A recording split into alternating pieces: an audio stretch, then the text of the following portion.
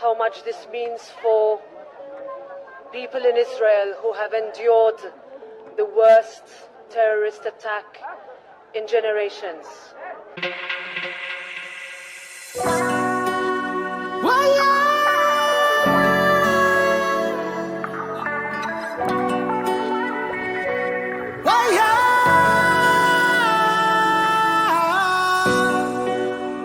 Everywhere is violence. Usini ogope. There must be a better way.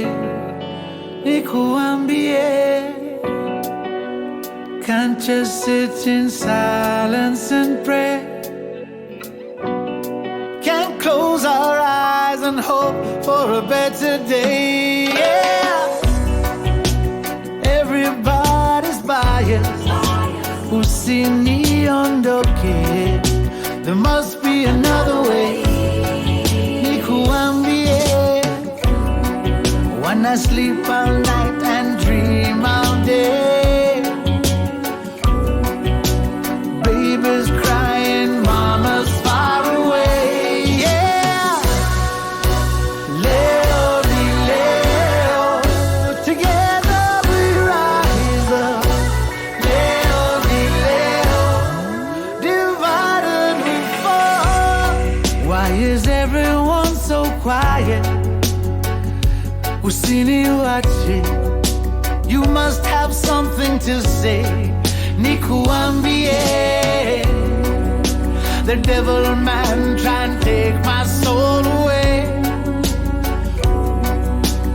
Higher power gonna show me the way. Leo di Leo. It's so much hotter today than yesterday. I worry about tomorrow more than yesterday. So much harder to go the other way. I worry about the sorrow this will bring one day. Leo di Leo. From the ashes we rise up. Leo di Leo. Say never again. Every single one's on trial. Usini lenge. Nobody gets away, not today. Can't close my eyes.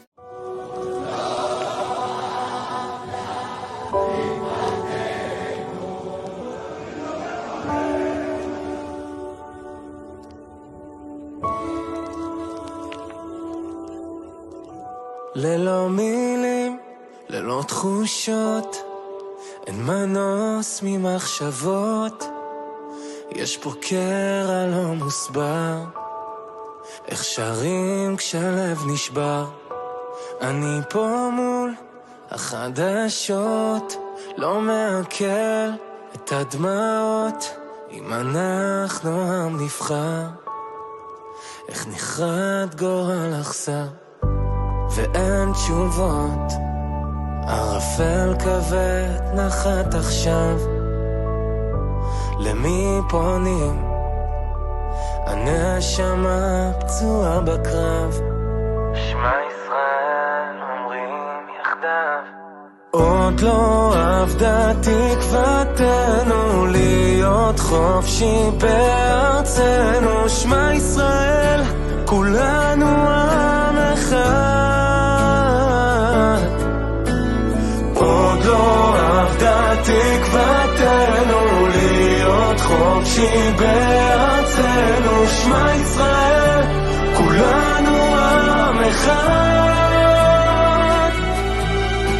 אי אפשר לתאר במילים את הזוועות, הנפש פצועה, רק רצינו לרקוד, לא רוצים עוד לראות אמהות שבוכות. מה כבר ביקשנו? בשקט לחיות? אין לנו ארץ אחרת, גם אם האדמה פה בוערת. אז די לפילוג, די לשנאה, מסתכלים עלינו, מנצלים את החולשה, זה הזמן לאהוב, להפיץ את התקווה, להרים את הראש, לחייך חזרה, כי כולנו אחים לא רק במלחמה. עם ישראל זה אותה משפחה, אנחנו ננצח, אין פה ספקות, בהיסטוריה ניצחנו בכל הקרבות, כל השונאים יאללה ביי. עם ישראל חי.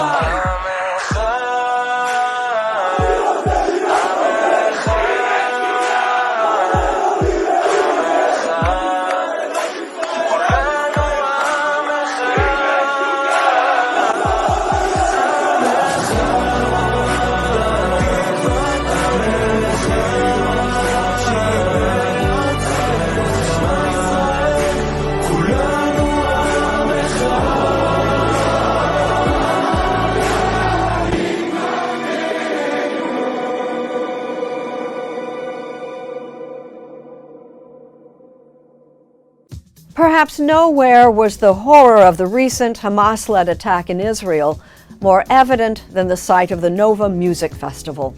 Hundreds were killed, dozens taken hostage. An exhibit in their honor recently arrived in Manhattan, just steps from the 9/11 memorial. Martha Teichner takes us inside.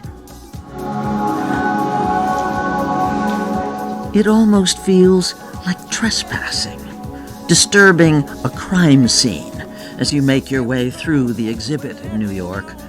And that's the point.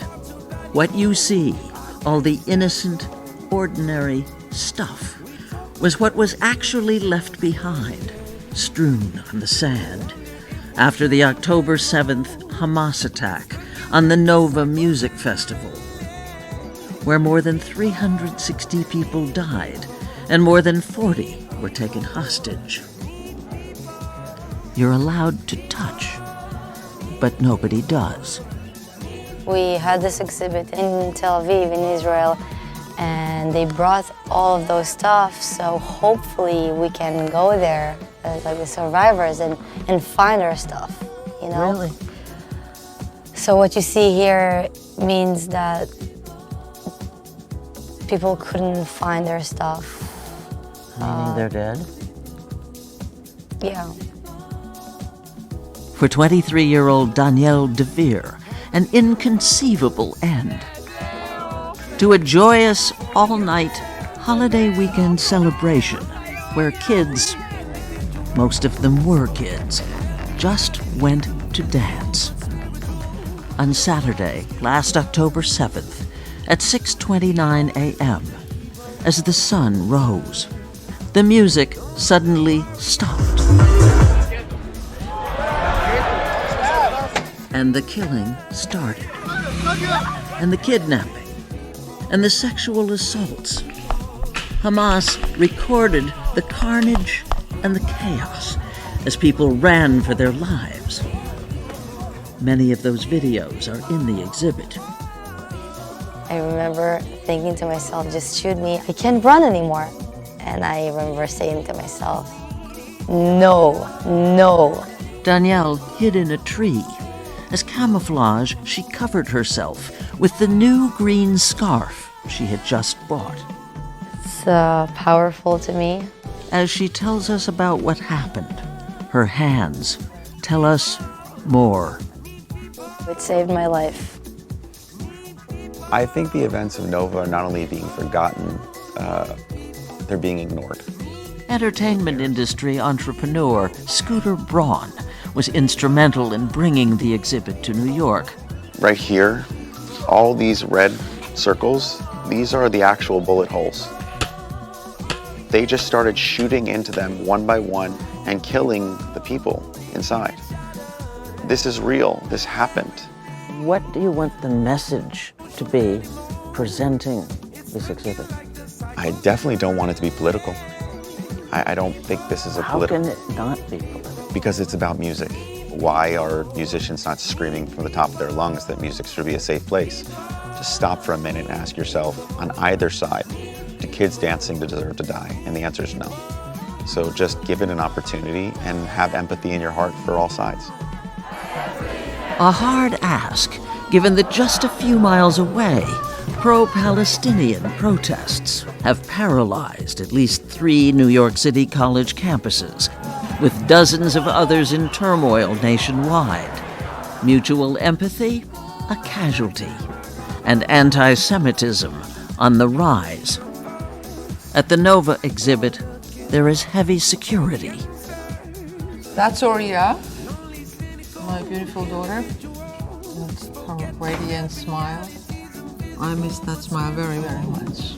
Each day since it opened a couple of weeks ago, Hani Ricardo stands in the room filled with photographs of the festival dead. Yuval and Moshe, they were supposed to get married in February. To tell the stories behind the smiles. They were radiant people, they were happy people, and they were butchered and massacred and raped and mutilated by monsters. Her anger and pain are fresh and raw. It was a wake-up call for the Jewish people. We had to go to Gaza. We had to take care that we won't be massacred again. But at the great cost of tens of thousands of lives. I don't appreciate any loss of lives, but if a terrorist hide behind them, what can we do?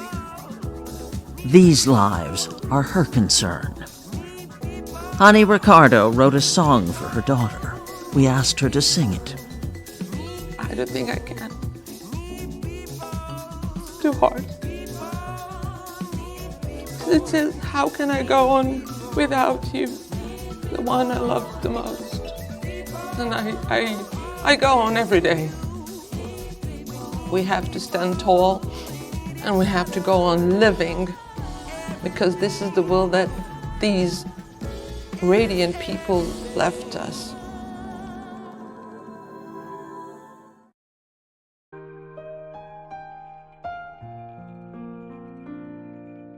Writers of the history, stand with me, look into my eyes and see. People go away but never say goodbye. Someone stole the moon tonight, took my light. Everything is black and white. Who's the fool who told you boys don't cry? Hours and flowers, life is no game for the cowards. Why does the time go wild? Every day I'm losing my mind, holding on in this mysterious ride, dancing in the storm, we got nothing to hide. Take me home and leave the world behind, and I promise you that never again I'm still wet from this October rain, October rain.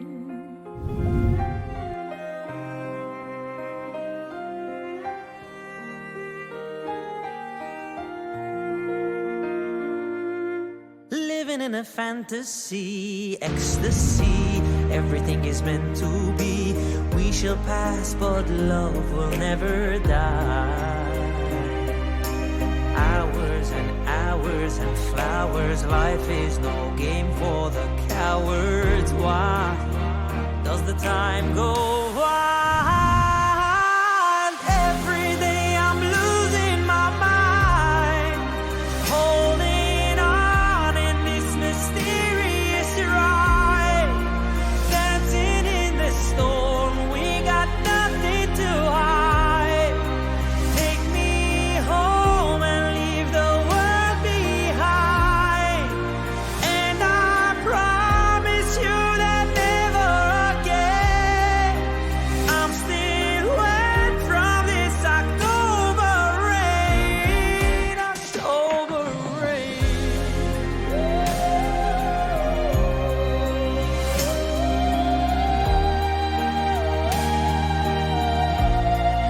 October rain.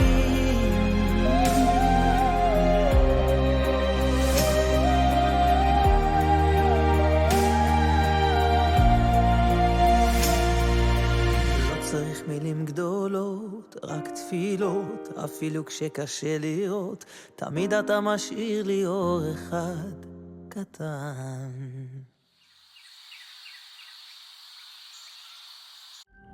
What if I told you that the October 7th massacre of Israeli civilians by Hamas terrorists wasn't just an Israeli problem?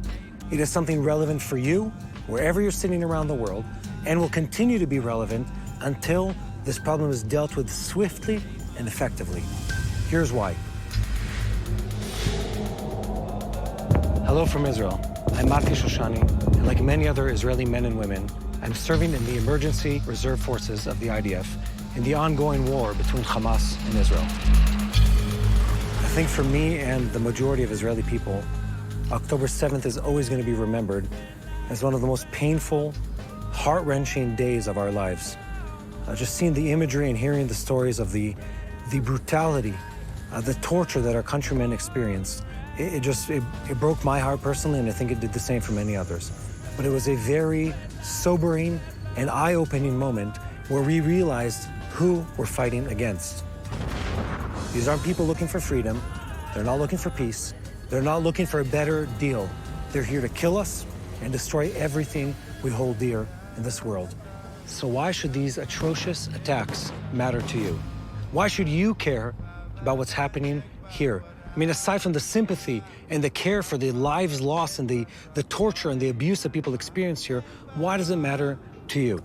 To answer that question, let's zoom out a bit and understand where we're standing.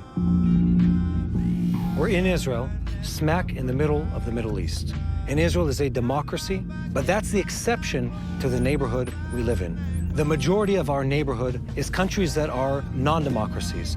In fact, most of them are dictatorships. Outside of the current conflict between the Palestinian people and Israel, there are many other conflicts and violent acts taking place over the last decade in the Middle East. Just a handful of those examples are the huge mass expulsion of Syrian people from Syria through that ongoing civil war to Europe and many other Arab countries. But it's not just them. Many of the nations around us use extreme and brute force against their own citizens and neighboring countries. Just to name a few, you can think of Iran and the Houthis in Yemen. You can think of the Iraqis fighting internally and with other countries, and many, many other examples. Violence is no stranger to this neighborhood. One of the strongest forces fueling violence and evil in this region is Iran. It's the country that's funneling money to the Hezbollah in the northern border of Israel, to countless other small rebellions, including the Houthis in Yemen, and also to the Hamas terrorists in the Gaza Strip. They are the masterminds, they are the money, they are the ideology behind a lot of the violence and death taking place in this region. So what is the connection between Iranian ideology and the terrorist attacks of October 7th? Well, for decades, Iran, the Hezbollah, and Hamas have been publicly calling for the destruction of the Jewish people in this land, for the state of Israel, and for all Western values. And we misheard them as a collective. We thought they meant if only we gave them more money, if only we conceded to their ongoing and ever-changing demands, then they would back down and everything would be fine. But that's not what they meant, and we really need to listen to what they're saying. They're saying something very clear. Our religion, our fundamental worldview calls for us, the Iranian regime, the Hamas movement, the Hezbollah movement, to kill those who oppose our ideology. And that's what they did on October 7th. This isn't a movement of freedom. It's not freedom fighters. It's an act of religious zeal and violence against innocent civilians. They've been preaching this for decades, and we finally get to see what they really mean. What they mean is violent to an extreme degree, not just against the Jewish people, but for everyone in a liberal country, for everyone in a country with Judeo-Christian values, for everyone in a country that has liberties and civil freedoms. These people oppose what you believe in and will use extreme violence to prevent you from that life. And that's the situation we're in. So if you're sitting in Europe, or you're sitting in the US, or anywhere else where you enjoy freedom, where you enjoy the ability to speak your mind and to believe as you believe, this was an attack on you. And it doesn't end here. This worldview doesn't stop with one attack. It keeps going until someone stands up to it and puts it back where it belongs. 20-something years ago, Israel experienced a 5-year wave of extreme terrorism from the Palestinians onto Israeli cities. We had buses exploding, people being shot as they walked to their home. You couldn't sit in a cafe in Israel without the fear of blowing up into pieces. Everyone thought at the time it was only an Israeli-Palestinian conflict thing, so to speak, until it was no longer an Israeli thing. Until September 2001, until the Madrid attacks, the Paris attacks, the London attack, and countless other attacks that all demonstrated one thing, that this wasn't limited to Israel and the Palestinians. And if we've learned anything, is that if you don't deal with this violence in a swift way, you'll keep experiencing it again and again and again until we all learn the lesson. Outside of the battleground taking place in Israel, there's a media battle taking place worldwide, both on the web and in city centers. There's a lot of misinformation out there. There are a lot of lies, just plain lies out there. And you need to speak up. You need to get educated, you need to learn about what's happening here, and speak up for what's true. Reach out to your loved ones, reach out to your friends, call their legislators, write a petition, make a Facebook post, an Instagram post, a TikTok post, whatever it is, but speak to those who can hear. Speak loudly in support of Israel. What happened on October 7 cannot be ignored. And I have been warning against this issue. You cannot give them Judea and Samaria. You cannot give them the mountains. You cannot sacrifice the Jordanian Valley. This is a defense line. And I speak from security point of view. You see, I speak now like a right-wing Jewish extremist. But this is my understanding. Look, I have 10 years of counterterrorism experience on regular basis. We are dealing with explosions, suicide bombers. The situation was out of control. This is my background. And when I think with a security background. And we cannot afford the masses of Arabians just invading, breaking the fence, and all of a sudden, what is that? 10 Mile? And up to this point, the Palestinian Authority has sponsored terrorism. They encourage terrorism. It's time to wake up. I'm not saying that we go on a war with the Muslim people, but at least we need to educate the rest of the world that we are in danger. Some people out there, hundreds of millions of them, want us dead. And we have to defend ourselves.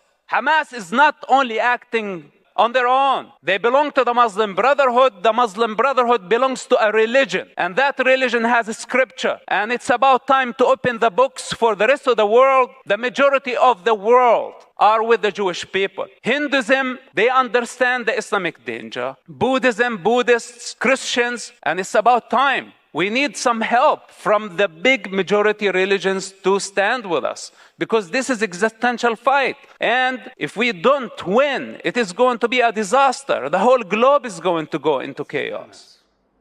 Why you will be defeated? You never cared for the Palestinian people. Instead, you hijacked their cause and their struggle.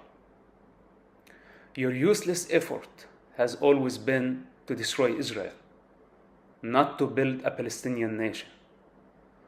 Your fight was always driven by revenge, not justice. You risked the lives of defenseless civilians who entrusted you to govern them, not to use them as human shields. You lived in luxury while the refugees of Gaza starved. You valued your ideals more than you valued human life. You governed Gazans by fear and intimidation. You cultivated wealth as Gazans drowned in poverty and despair. Finally, you gambled with children's blood. Hence, you will certainly be defeated. There are a bunch of movements coming forward in the West, angry in the streets, protesting. Some call themselves pro-Palestine, some call themselves free Palestine. Others say end occupation. What occupation are you talking about? Do you mean end Israel and give Hamas what they want? Give Hamas weaponry, territory, soldiers, army, so they can mess more with the global security? Are you totally blind?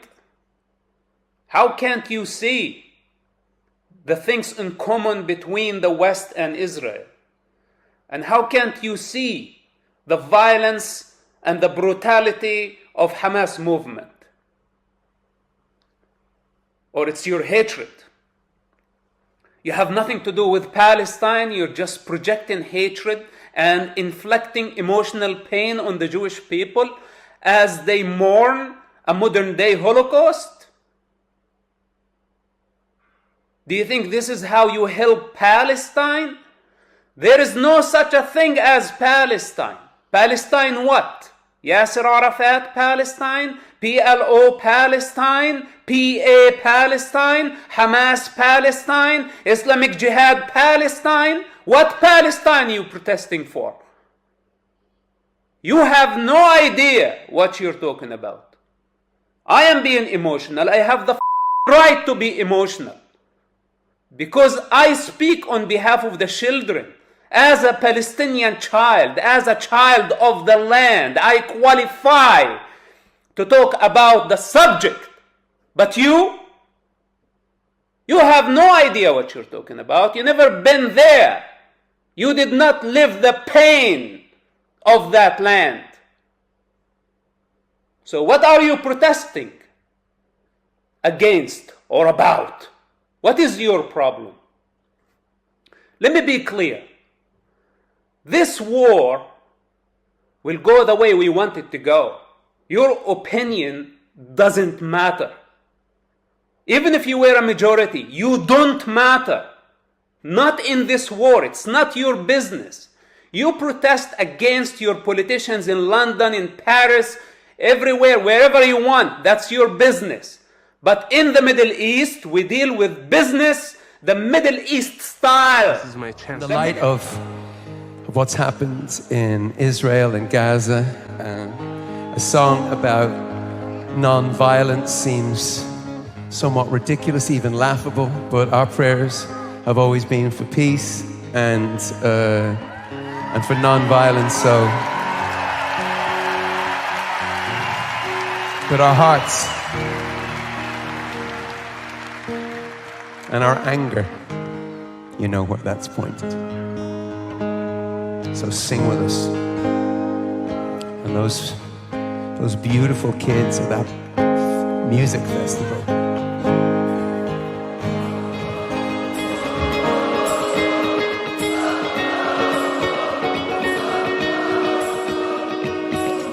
Early morning, October 7th, as the sun is rising in the desert sky, stars of David, they took your life, but they could not take your pride.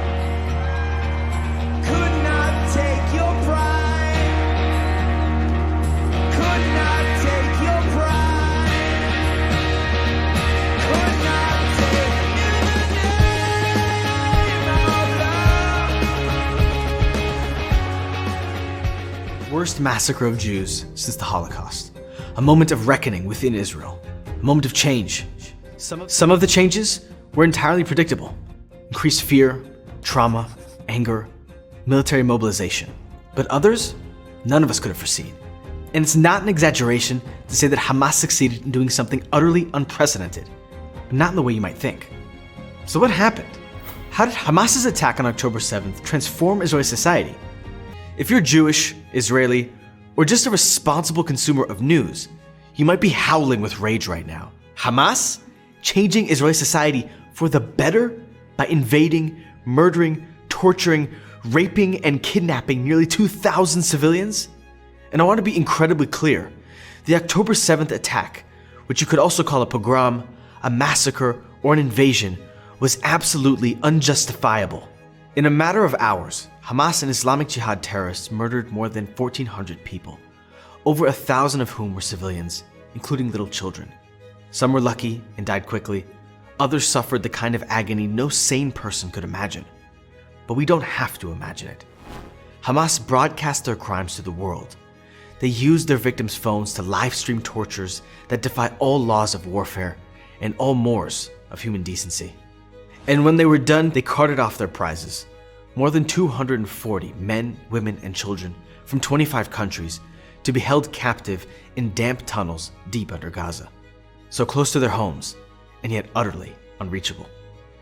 Anyone with a working moral compass has condemned this display of brutality and aggression. But the global Jewish community has seen it all. We've endured thousands of years' worth of morally unjustifiable attacks. And in the ultimate act of resistance, we've done more than just survived. Born in 1938. This is not a good time for a Jewish child to be born, but there you are. I was 4 years old and we escaped from the ghetto. And I remember hiding I remember the fear always of being discovered cry. Through the lens of the Holocaust, your history, what would you say is happening in Gaza? It's not good, obviously. It's not proportional. But what part of the world seems to have forgotten was that Israel did not start this war, that it was Hamas that started this war, that it was a terrible slaughter of killing, and there was torture, little children were killed, and kidnapping. And I think when I was sitting and hiding and lived in fear, I think of the hostages who sit I don't know where. I'm ready to stop the war now and bring all of them home. I'm afraid of any deal of a partial return because I'm afraid that whoever is left behind may not survive. They started the war, and I'm sure that their leaders knew that we would fight back very strong. War is war, and they should have foreseen that before they attacked us. I don't feel guilty about what's happening. Right now in the United States, we're seeing many pro-Palestinian protests across universities. Ignorance. They don't know what they're talking about. And they pretend that the 7th of October didn't happen. It happened all right. I'm thinking that there's a very strong propaganda machine and that many people are just ignorant and they go along. It sounds like fun. It's like demonstrating against the Vietnam War or something. When they chant from the river to the sea, Palestine will be freed, they don't realize that from the river to the sea is where Israel is. There are 22 Muslim nations. They couldn't absorb the Palestinian refugees in all these years.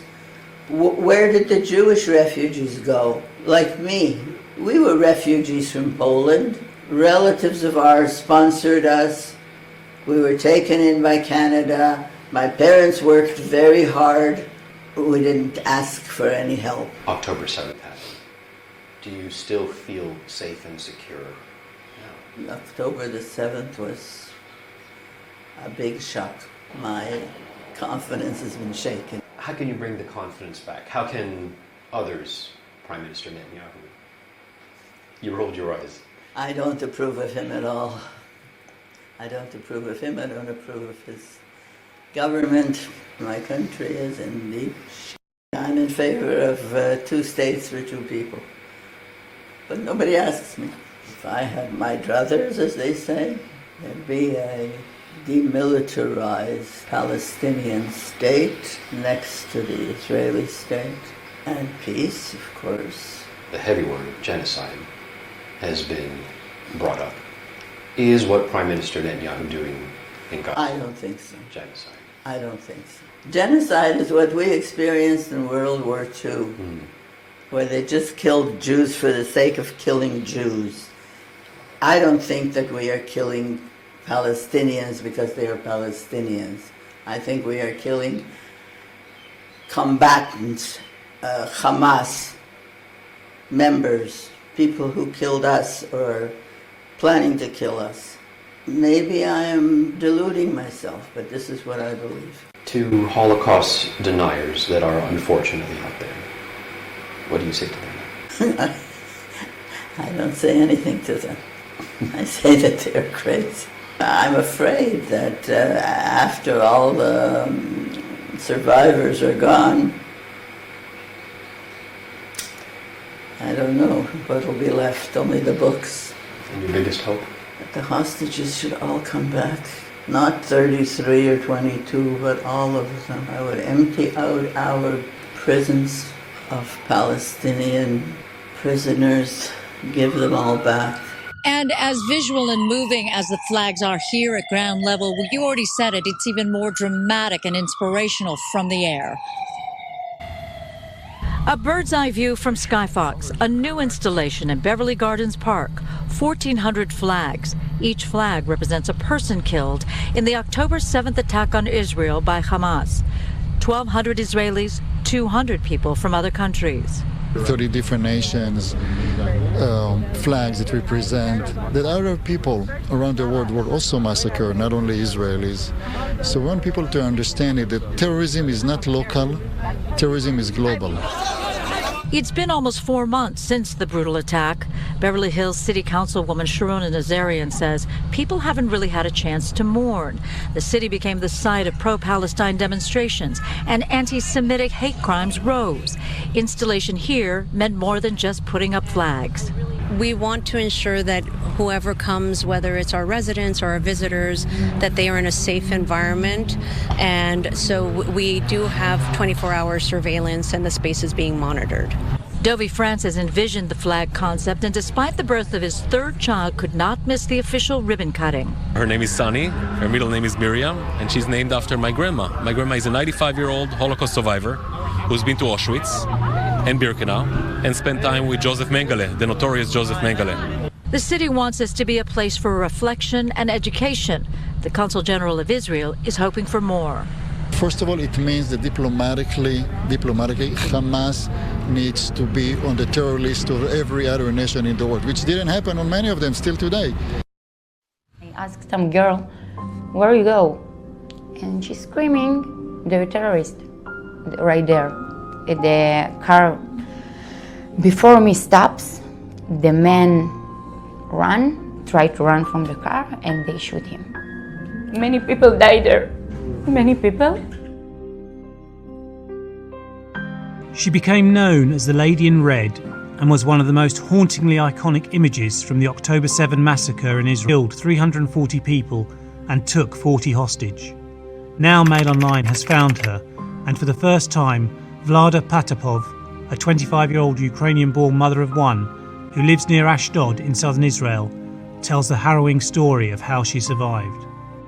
At night, the party, usually that party starts from the night to the other evening. And we came there at 3, at 6, and at 6:30, it was very, very cold. So I told Mai, let's go and lay on a blanket, and something doesn't feel right. And I heard from many people that something in the day really don't feel right. I am usually going dancing, and there I don't feel like this. I want to go and lay. And then we have in Israel some application apps that shows you when rockets go. So we have the So I have it all time in 7:29. I have the first siren in the phone. So we're going to the car, starting to look where our car is, because so many people trying to go out, and it was like starting to be some little chaos. And after 20 minutes, I think, from everything that started, I found the car. I going to the car and I heard 3 or 4 shots. It would be the first time, I think, that they threw so many rockets. Like it was something unusual. The party was in an open field. Okay. And to go out from the party, there is only one way, one road. We're driving something like 6 minutes, and I see that car stopping, like everyone stops. And I opened the window and I asked some girl, where you go? And she's screaming, they're terrorists, right there. The car before me stops, the man try to run from the car, and they shoot him. I see a big savannah, white savannah, a car, and they were in half the uniform of our soldiers. There is nowhere to drive because everyone just stopped their cars. We don't have where to go. Like the road is blocked, and they start to scream that they're terrorists from the other side too. So we blocked.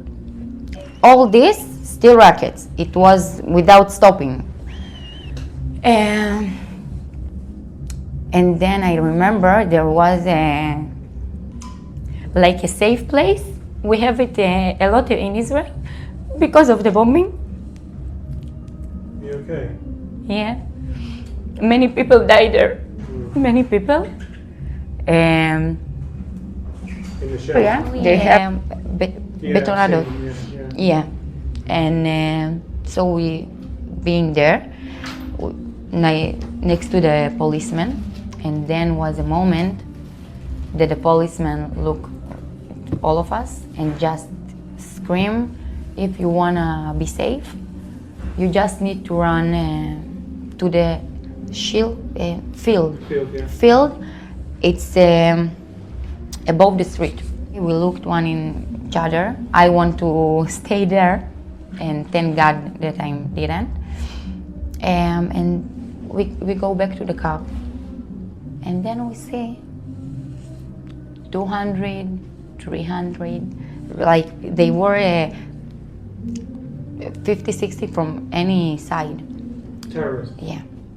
And then they start to just driving and running and in motorcycles, in savanot, in tenders, white tenders, just going to in the field and shoot everyone. Like, I don't know even how to explain it, like a chicken. Yeah. They just driving and shoot everyone from the car from the other side and my from behind. And I just sit like this under the tree, the first tree that I have next to me. And then some boy tells me, hey, you wanna come here? You wanna? Of course.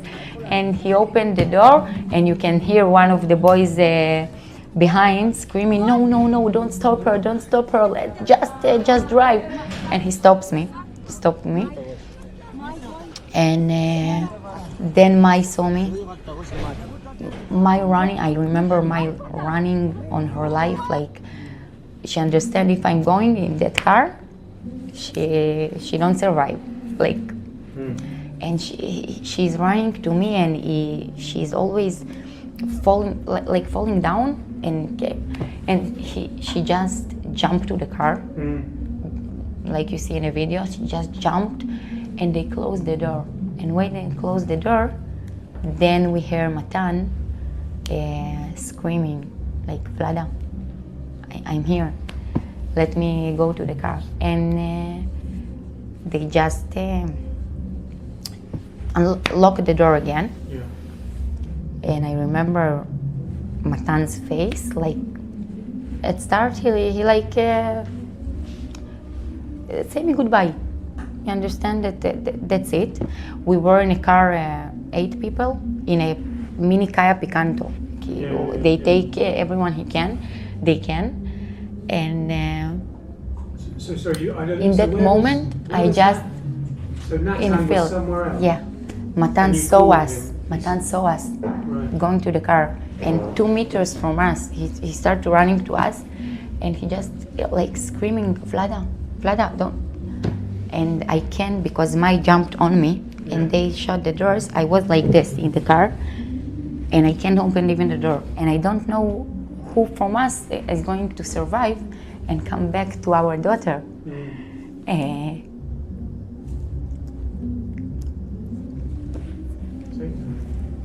Yeah. And then Matan telling me that no one is wanna take him. After, I think, 10 minutes, some nice lady, I don't know till now who she is, take Matan. And thank God Matan going to another army bus, and me to another one.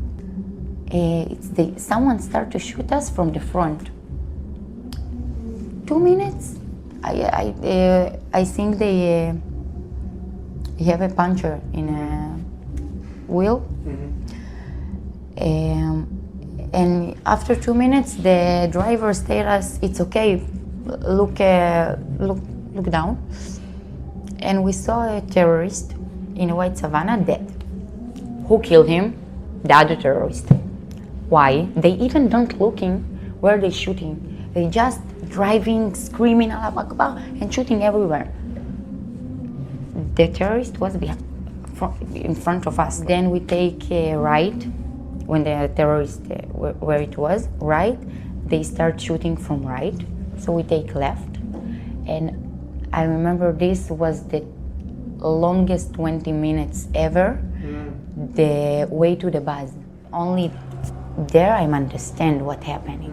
And then we opened the phone and we started to see what is really going on. So happy that I came back to my daughter, that really nothing else don't matter. What's your daughter's name?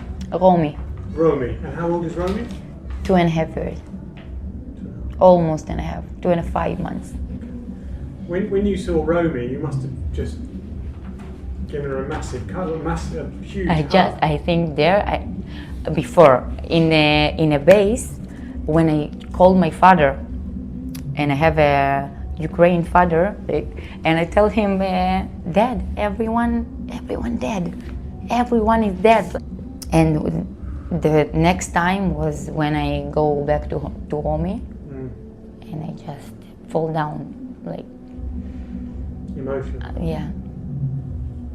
And not someone that it gives me some hope. I think. But you can see the fear in your face, can't you? The fear, that understandable. Look, I don't understand. I just understand that I need to run on my life. That's it. I can't see nothing. I can't look back because they're running and shoot. So you have to live for Romy. Yeah. You have to live for Romy. Yeah. I saw people from the party after this in some meetings and everything. They broken. Maybe that's the person that I am. I don't wanna fall down. I don't wanna let them win. In a military cemetery on a hillside in Jerusalem, they are burying their dead in a way Israel has not done for 50 years. Not since a national war of survival half a century ago has this country dug so many graves for so many soldiers in so short a time.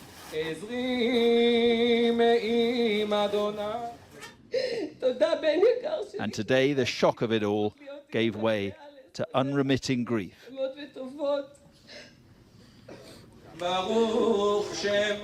It was one funeral after another here, almost one every hour. The one we witnessed was of 21-year-old Afia Tester, whose tank unit was attacked on the Gaza border. With fighter jets threatening to drown out the eulogy, it's clear the sense of security they have cultivated here has been shattered in 48 hours. But it is, say those mourning their friends, a moment that will bring unity to a divided Israeli nation. I believe that everyone here, those who, in the right side of the map and the left side, everyone wants the best for the country. It's tough.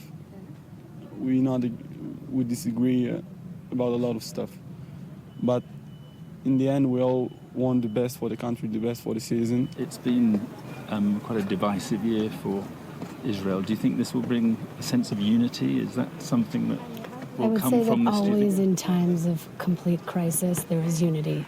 We'll see what happens afterward. Families destroyed by loss. It is what war does. And the overwhelming sadness is that on both sides of this seemingly unbridgeable divide, there is much, much more to come.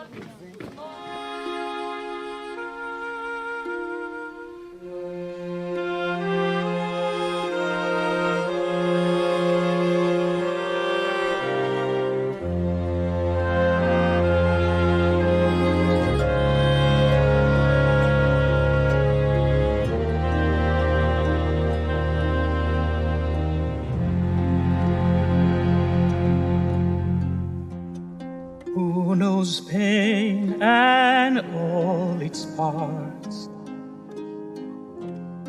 who restores all broken hearts, forms darkness and light, creator of peace and strife, who sits on the judgment throne,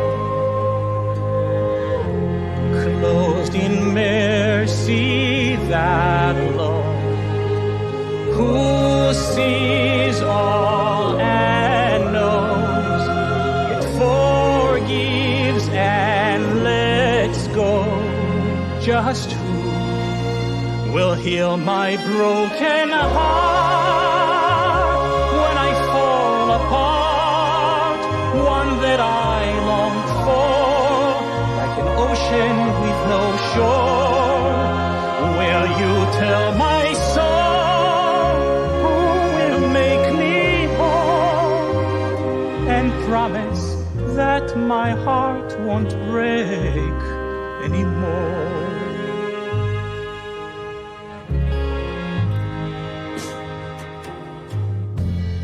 מי היה הווה ויהיה, מי ממית ומחיה, פותח ידיים, מצמיח כנפיים, ומי ירפא ליבי, אל מי אני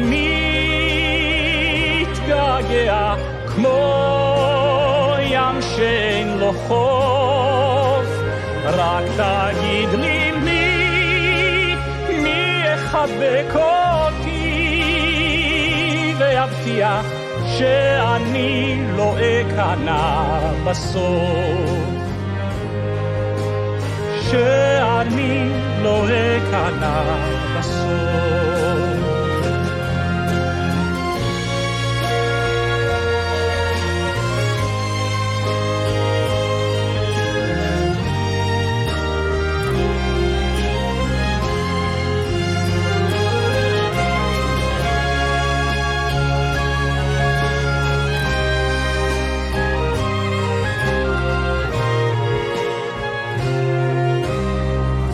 Just who will heal my broken heart when I fall apart?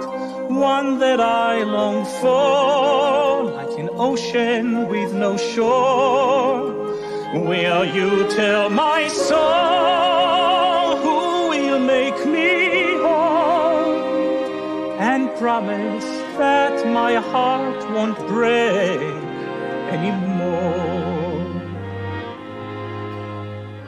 My heart won't break anymore. What if the Israel and Hamas war could have been stopped before it ever even started? Israeli soldiers at a base right next to Gaza say they saw the warning signs ahead of time. In tonight's Prime Focus, our Inez de la Cuatara has the story of the unit tasked with monitoring everything. The members say they weren't listened to and believe if they had been, everything could have been different.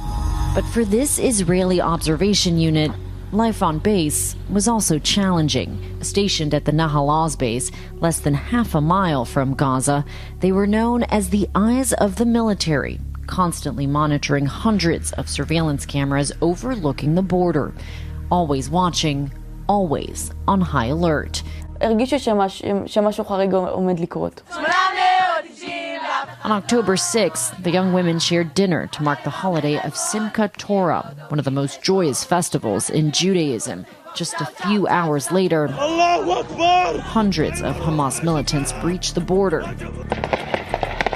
Nahal Oz is first in the line of fire.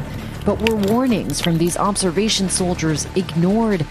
This is the untold story of Unit 414. כל מה שראינו תמיד התרענו, גם אנחנו מחויבות לעשות את זה. כל דבר חריג שאת רואה, את מעבירה את זה במחשב, וזה עובר הלאה. לאן הלאה אין לי מושג. כביכול למודיעין. אבל אני לא מקבלת על זה תשובה בחזרה מה עשו עם זה. Ronnie Lifshitz was part of Unit 414, but happened to be away at a training on October 7th. She says she risks serious consequences in speaking with us. כנראה יכולה להיות תגובה מצה"ל, נגיד לך את האמת, זה מעניין אותי לא. הם הפקירו את חברות שלי, אין לי סיבה להקשיב להם, אז אם הם היו פה, הם היו בטוח מדברות. Her unit knew its task was of the utmost importance to monitor the cameras overlooking the Gaza border at all times and report any unusual activity. She tells us it is almost always women who are assigned surveillance positions. Ronnie says what they saw was a flurry of alarming activity. In the months leading up to October 7th, the young observers were reporting events nearly every day. סיור קו זה, יש לך, אומרים לך 10 טנדרים, שזה 300 מטר מהגדר על ציר. אומרים לך 10 טנדרים, שזה חריג. עוצרים לך בכל עמדה של החמאס. זה 1, 2, זה האימונים שהיינו רואים לעומק. מתאמנים, כאילו, כנראה מחבלים, מתאמנים. את רואה, כמו ממש פעילות של צבא, מתגלגלים, לומדים איך לראות. Every Friday, it was like in the routine. Ronnie's account lines up with what Ori Asaf says he heard from his girlfriend, Sergeant Osher Barzilay, a communications officer who was killed inside the Nahal Oz command center. He shows us text messages Osher sent him just 2 weeks before October 7th. Osher writing, "All the violent disturbances and incendiary balloons are in our sector. Ori, everything is here. 3 violent disturbances, people armed with weapons and explosives. The fence is destroyed." He says Osher couldn't tell him everything, since much of the information was classified, but she repeatedly told him she saw Hamas burying explosives near the border. The warning signs were there, says Ronnie, but those at the top didn't take them seriously. כן, התעלמו מאיתנו, לגמרי זלזלו בנו. אף אחד לא באמת התייחס למה שאמרנו, לדעתי בעיקר בגלל שאין לי דרגות על הכתפיים, בגלל שאני סתם חיילת פשוטה בת 20 ולא עשיתי כלום ושום דבר. The responsibility of a government is to protect the people, and clearly that responsibility wasn't met. And we'll have a lot of questions, a lot of investigations, but I have now one responsibility. And the responsibility is to defeat Hamas. According to the New York Times, Israeli intelligence obtained a Hamas document laying out the blueprint for a major attack more than a year before October 7th. The Times says the report was dismissed as aspirational by Israeli officials. In a chilling phone conversation obtained exclusively by ABC News, Ronnie can be heard telling her mother in September that she's overwhelmed by what she's seeing. תקשיב, 3 ימים ברצף, פרשים טורקיים. היום היה הפסד בקרני, היה פיצוץ מיטה. Observation soldiers are told their cameras are their weapons, so they are always unarmed, even when stationed so close to Gaza. You never had a gun on you when you were at the base? No, never. Did you feel unsafe? Yes. לא הכינו יותר מדי, בחיים לא אמרו לי לאן ללכת שיש חדירת מחבלים לבסיס. Eyal says it's not just that the girls' warnings were ignored, they were also abandoned, left to fend for themselves on October 7th for 6 hours. When they called for help that day, he says this was the answer. Good luck, Nahal Oz. Take care. We don't have enough soldiers to come here and rescue. So, take care. Take care. The commanders in the intelligent corps of the IDF didn't listen to those brave female spotters. This is something which is unbelievable. Noam Tiban is an IDF major general who went to rescue his own family on October 7th. This is why Nahal Oz is a symbol of the failure, is a symbol of what happened to us on October 7th. Everybody that is in charge of this failure need to go away. In response to our detailed list of questions about Nahal Oz, the IDF sent us a short statement saying the IDF is currently focused on eliminating the threat from the terrorist organization Hamas. Questions of this kind will be looked into at a later stage. In March, the IDF announced it was launching an internal probe into its missteps. Results are expected to be released by the end of August. We're still waiting. Nobody from the army made the investigation.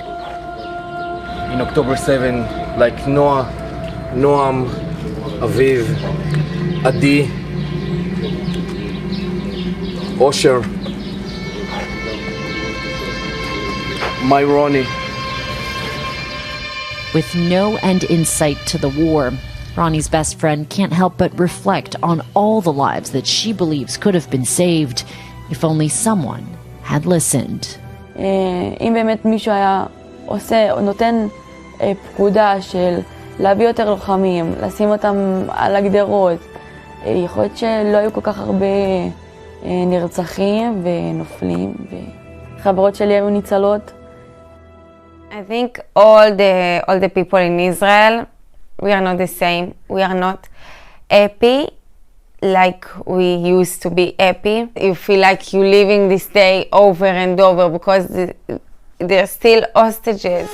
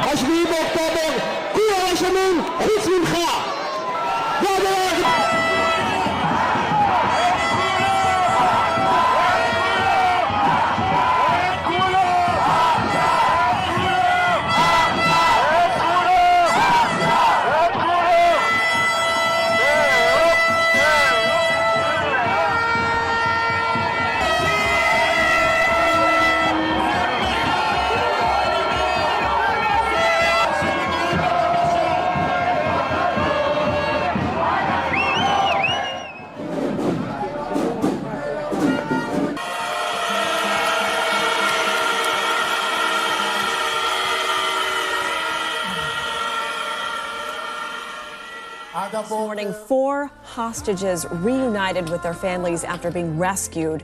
They were kidnapped in the Hamas-led attack on October 7th. According to Israeli officials, their ages range from 21 to 40 years old. Israeli forces say they're prepared for this operation for weeks. Israeli forces have been preparing for this rescue mission for weeks. They underwent intensive training. They risked their lives to save the lives of our hostages. This morning, Israeli Prime Minister Benjamin Netanyahu visited the hostages in the hospital. Israel's operation today is the largest recovery of hostages alive since the war began. 7 have been rescued so far. Also new this morning, hospital officials say at least 94 Palestinians died during fighting in that same area where these hostages were rescued. Here, though, Israeli Prime Minister Benjamin Netanyahu is remaining defiant amid mounting pressure to reach a ceasefire and hostage release deal with Hamas. He's vowing to maintain his major sticking point for a deal, including the condition that Israel will keep control of the border between Gaza and Egypt. Thousands of Israelis took to the streets to protest the strike yesterday, demanding a deal. The recovery of 6 dead hostages in Gaza sparked the demonstrations. Among the victims was an Israeli-American man, Hirsch Goldberg Poland.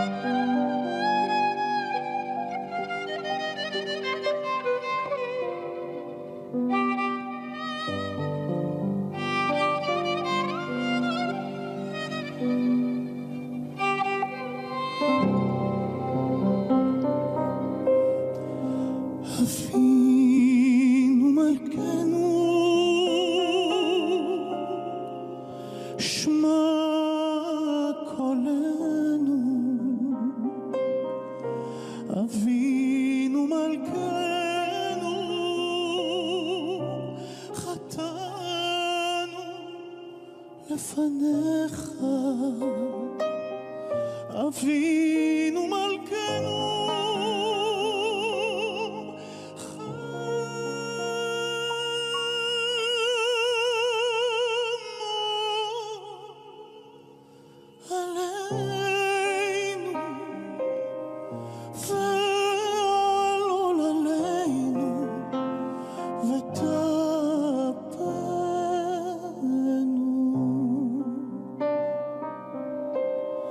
אבינו מלכנו קל לדבר. They tell me that I'm holding on to something that is long gone, long gone. I look into the future, I know time will prove him all wrong, yeah. Don't need to see you by my side to know I'm not alone.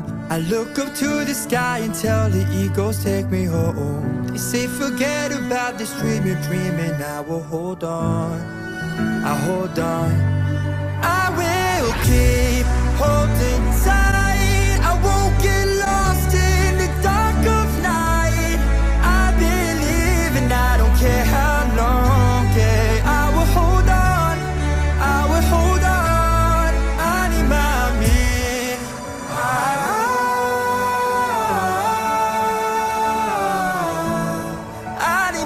It's hard to see you in this darkness, but I know that you're here, and you hear me calling your name. When will this pain disappear? You'll appear and all this will change. Cause all the weak and broken hearted will have strength to stand. We'll look back at the place we started and we'll understand, and raise a glass up to the heaven filled with all of our tears. Say cheers. I will keep holding tight, I won't get lost in the dark of night. I believe and I don't care how long, yeah. I will hold on, I will hold on. I found peace, yes, my Meya, in you'll take us home, you'll take us home. I will hold on, I will hold on. אני מאמין.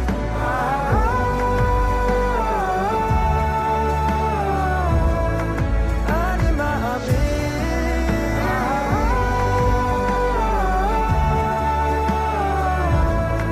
I will keep holding tight, but can you please come soon? It's been a long, long night. Hashem, we need you more than ever. We can use some light. I will hold on, I will hold on. אף על פי שישמע אם כל זה אחכה לו. כל יום שיבוא, the only thing that I know is I will never lose hope. I will never let go. I will keep holding tight, I won't get lost in the dark of night. I believe and I don't care how long. I will hold on, I will hold on. אף על פי שישמע אם כל זה אחכה לו. You take us home, take us home. I will hold on, I will hold on. אני מאמין. מי שברוב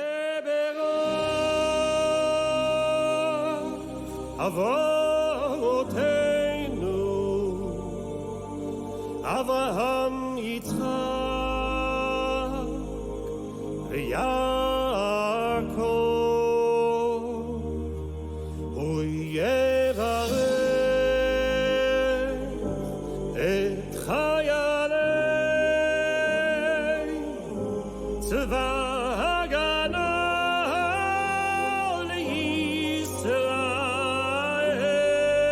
לישראל. הוא יברך את חיילי צבא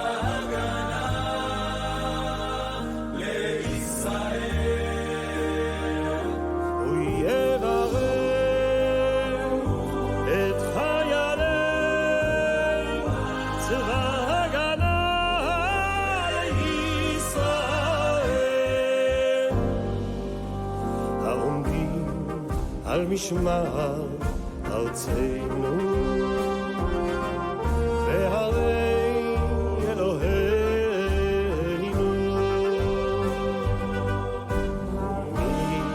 מהלבנון ועד מדבר מצרים ומן הים הגדול עד לבוא הערבה ביבשה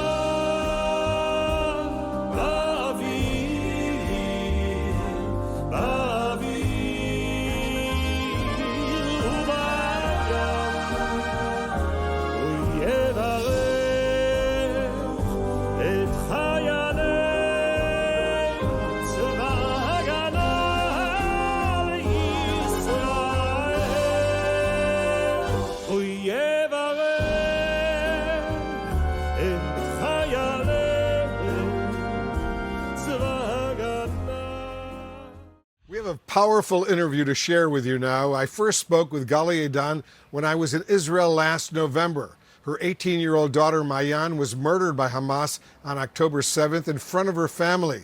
Hamas then held the Edans at gunpoint on the floor of their kitchen for hours, live streaming the whole thing on Facebook.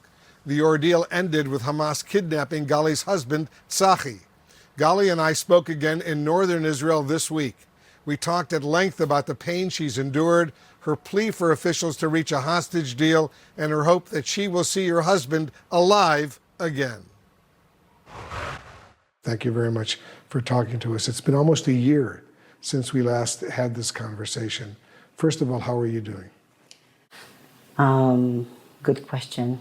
In my worst nightmares, I wouldn't believe that we are meeting in this situation where nothing changed, actually. Tzachi is still in the Hamas. Tzachi Edan, your husband, Yeah. 50 years old, he was kidnapped by Hamas. And your daughter Mayan, 18 years old, she was murdered that day. Yeah.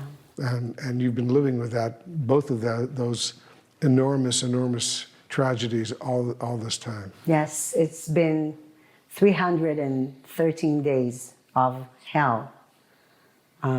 We are out of breath, just like them, in captivity and being hostage by Hamas, which are terrorists and murderers.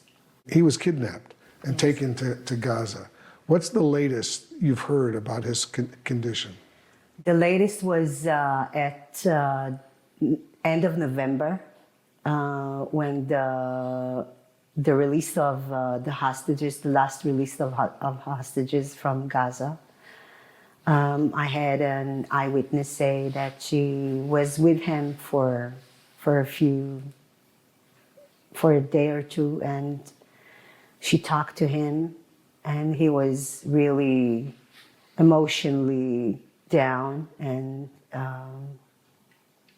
thinking about Mayan and what happened, and that he misses all. I don't know if he knows if we're okay.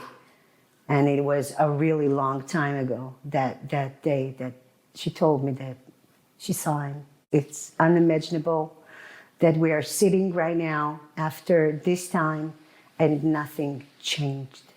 He's not back. They are not back. They are not all back.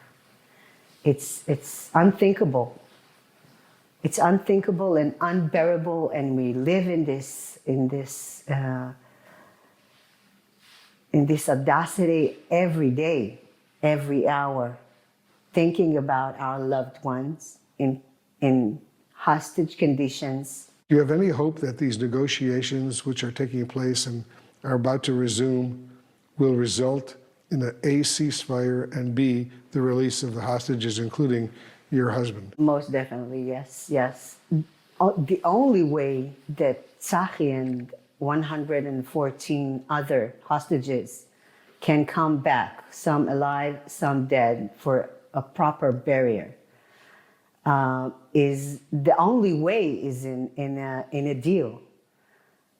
The only way is in a deal. You cannot make an army, a mission to save them all. And a few days ago, Sean came to my room crying in the middle of the night and said, I want my daddy. I want dad here. I miss Mayan and I want dad here. And you need to hug her. And just, what can I say to her? What can I say to her? What answer is there? I can't bring her dad. I wish I could. I would have, in any means. I need the government and everybody that are in the doing of this deal to bring Tzachi home alive like he was taken. He was taken alive. He needs to come back alive. Good morning, sirens greeting my ear. I have nothing to fear. I'm home. Where are you? Strangers clutching my hands, walking slow through the sand. I choke. Darling, if you hear me resist the screaming, I'm fine. And darling, if you love me, keep speaking softly and hide.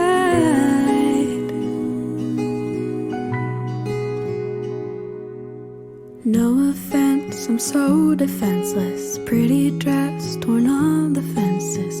This is not a pretty way to die. No offense, I'm so relentlessly begging for you to take me out alive. Don't leave me here, don't leave me here. I'm dancing, bombs fly over my head. Music fades till it's dead. I froze. Darling, if you hear me resist the screaming, I'm fine. And darling, if you love me, keep speaking softly and hide.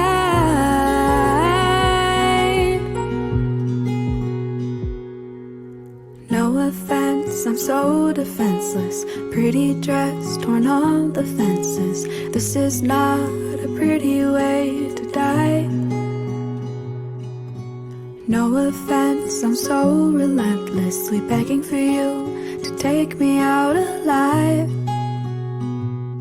Don't leave me here, don't leave me here. No offense, I'm so defenseless. Pretty dress torn on the fences. This is not a pretty way to die. No offense, I'm so relentlessly begging for you to take me out alive. Don't leave me here, don't leave me here to die. Let me quote you what the PLO Information Office said in a Dutch paper in 1977, in May 5th. 77? May 5th, 1977, yes. The statement was very simple. Our objective remains the destruction of the Zionist state of Israel. So let's keep in mind that what we're talking about here is not the attempt to build a state, but to destroy one. Do the Palestinians have a right to a separate state? Now, no one is denying that there are Palestinian Arabs. There's a very distinguished Palestinian Arab sitting right next to me. But the Palestinians themselves, in the Palestinian National Covenant, the very first article, say that the people of Palestine, quote, are part of the Arab nation. Well, let's look at the Arab nation. It has 21 states, an area roughly the size of the United States, and 1/6 of the entire world's wealth. Now, add to that the fact that there already exists a Palestinian state, and that is Jordan, 60% of whose population is Palestinian. I think it's quite interesting that Yasser Arafat and King Hussein, who are bitter enemies, agree on one thing, that Jordan is a Palestinian state. So what we're talking about is a demand for a 22nd Arab state and a second Palestinian state. What should be done with the Palestinians on the West Bank? There's a problem, so what should be done, in your opinion? Well, I think that the Palestinians in the West Bank are going to be offered the full human rights, the full civil rights, as there are no Arabs are offered in the Middle East. No Arabs whatsoever have any full human rights or the right to vote for their own government. Those Arabs who lived in Israel in the pre-67 boundaries are the only Arabs in the Middle East who offer that right, and I'm all in favor of having the same Arabs living in the West Bank and the Gaza Strip being offered such a right in the final peace agreement. Can we have peace in the Middle East? Very briefly, please. Yes, I sincerely hope so. Look, I'm 28 years old. I've had to defend my country in 2 wars and in many battles. Nobody wants peace more than Israel. But the stumbling block to the road for peace is this demand for a PLO state, which will mean more war, which will mean more violence in the Middle East. And I sincerely believe, if this demand is abandoned, we can have real and genuine peace. General from Israel said to me recently that the present situation could easily go on for another 10 years unchanged. But you have grandchildren. They will live presumably into the next century. What do you see in the long term if we don't get a break in the present stalemate? Mr. Fell, I am convinced, honestly, sincerely believe that my grandchildren will live in an area of peace in the Middle East. Because there are other grandmothers in Egypt and in Syria and in Jordan that have grandchildren, and they also want them to live, irrespective of what Nasser thinks or Hussein thinks. The grandmothers and the mothers want their children to live. Now, if you say, when will that come? I don't know. Salam, peace. Shalom, salam, peace. זאת התשובה עכשיו. אנחנו סוכני התקווה והשלום. בהצלחה. حبيبي حبيبي حبيب قلبك جدول אתה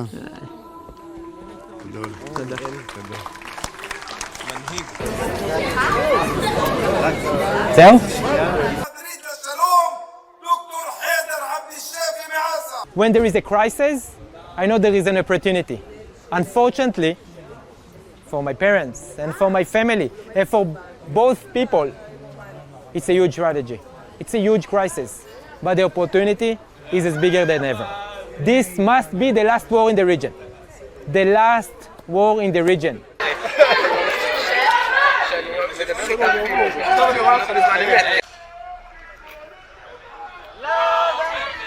By meeting with Israelis and Palestinians, including in Cyprus, in Geneva, Palestinians from Gaza that also lost father, brother, entire families, and we came with 5 principles, our common ground for a shared future. Reconciliation, security and safety, acknowledgement and recognition, trust through healing, and dignity and honesty. ששני העמים שלנו יחיו בשלום, וזה יהיה בזכות כל מי שנמצא פה עכשיו. כל הניצחונות במלחמה עד עכשיו הביאו... וגם המוזיקה ברקע ככה עושה נעים, אני אשתוהה אם אתם בסדר עם התפילה. כולה וברכה לאבא שלנו. סלאם, חריה, עדאלה.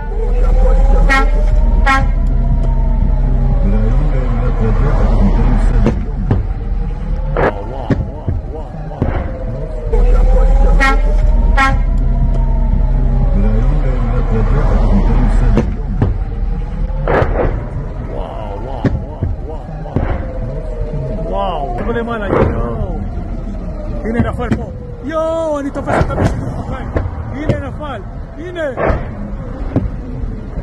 יואו, תראו כמה נפל פה, יואו, תראו אנשים עצרו בצד, תראה כמה נפילות כאן, יואו, תראו ש...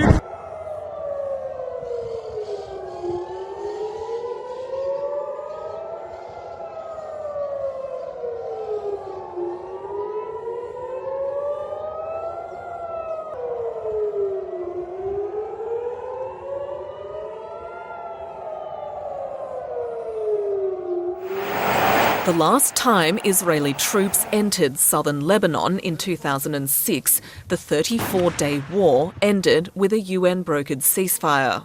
Well, it's very difficult to fight a ground war against guerrilla organizations that is based in among a civilian population. Hitting militants without killing a lot of civilians was seen how difficult it is or impossible it is in Gaza. And Lebanon, unlike Gaza, is a sovereign state, and the United Nations intervened. Will those in favor of the draft resolution please raise their hand?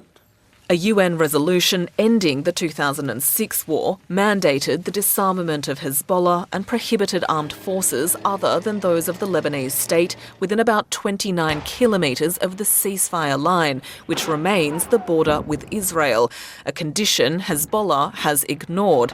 And in the 18 years since, both sides have prepared for another such conflict. Hezbollah has built fortifications and tunnel systems in the rocky, mountainous terrain of southern Lebanon.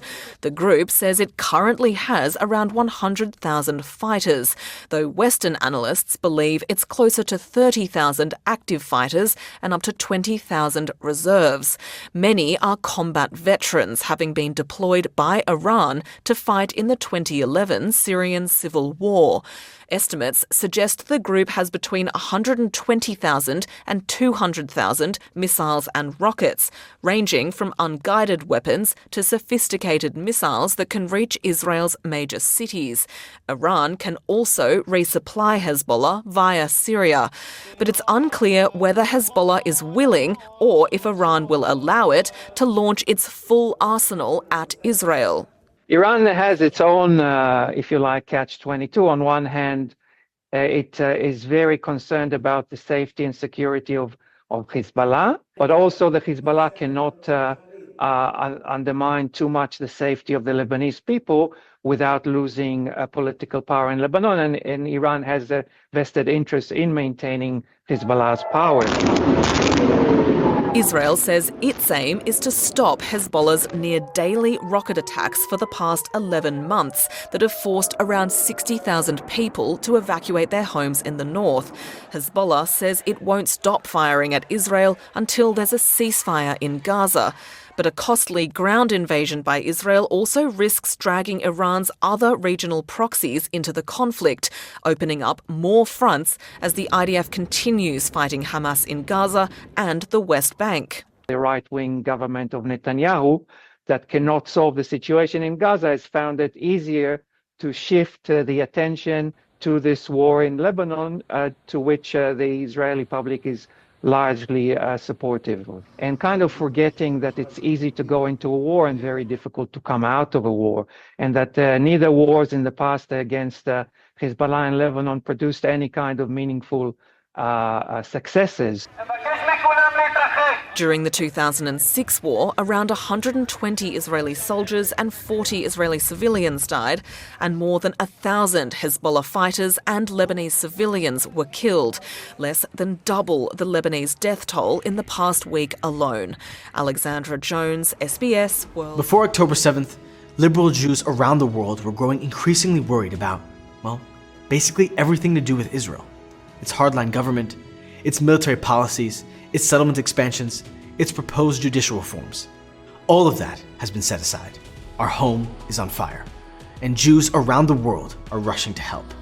They've rallied in England and Chile and Canada. They've put up billboards in religious communities, urging commuters stuck in traffic to take the opportunity to pray for their fellow Jews.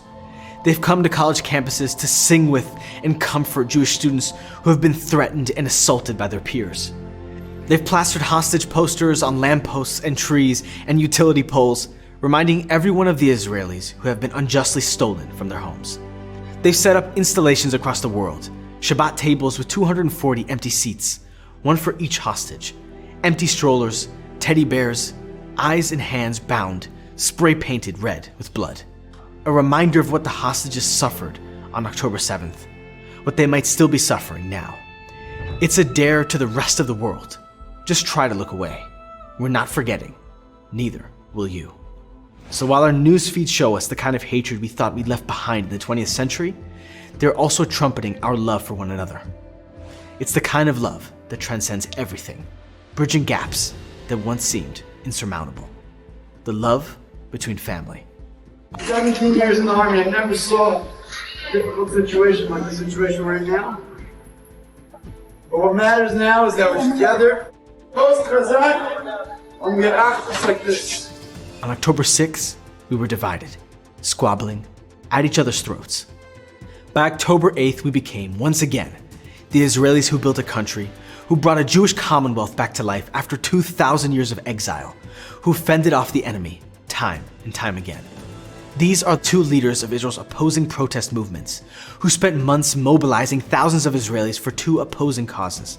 Today, they stand, arm in arm, united under the same flag. Categories like religious, secular, Jewish, Christian, Muslim, Arab are melting and mingling. In their place is a unified identity and a shared goal, the survival of our homeland. Will this unity last after the war ends? Will we treat each other more kindly, more lovingly, more empathetically, as each of us learns to live under a mantle of grief? Will we remember the beauty of this moment when we banded together and chose life? I hope so. I'd like to believe that we will. This is the secret to our survival through pogroms and expulsions and genocide. And this is why we have been able to say, despite everything, that Am Yisrael Chai, the people of Israel, live.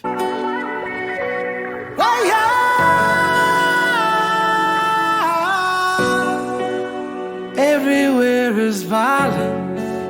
Usini ogope. There must be a better way. Nikuambie. Can't just sit in silence and pray. Can't close our eyes and hope for a better day. Yeah. Everybody's biased. Usini ondoke. There must be another way. Nikuambie. Wanna sleep all night and dream all day. Babies crying, mama's far away. Yeah. Leo, Leo. Together we rise up. Leo, Leo. Divided we fall. Why is everyone so quiet? Usini wache. You must have something to say. Nikuambie. The devil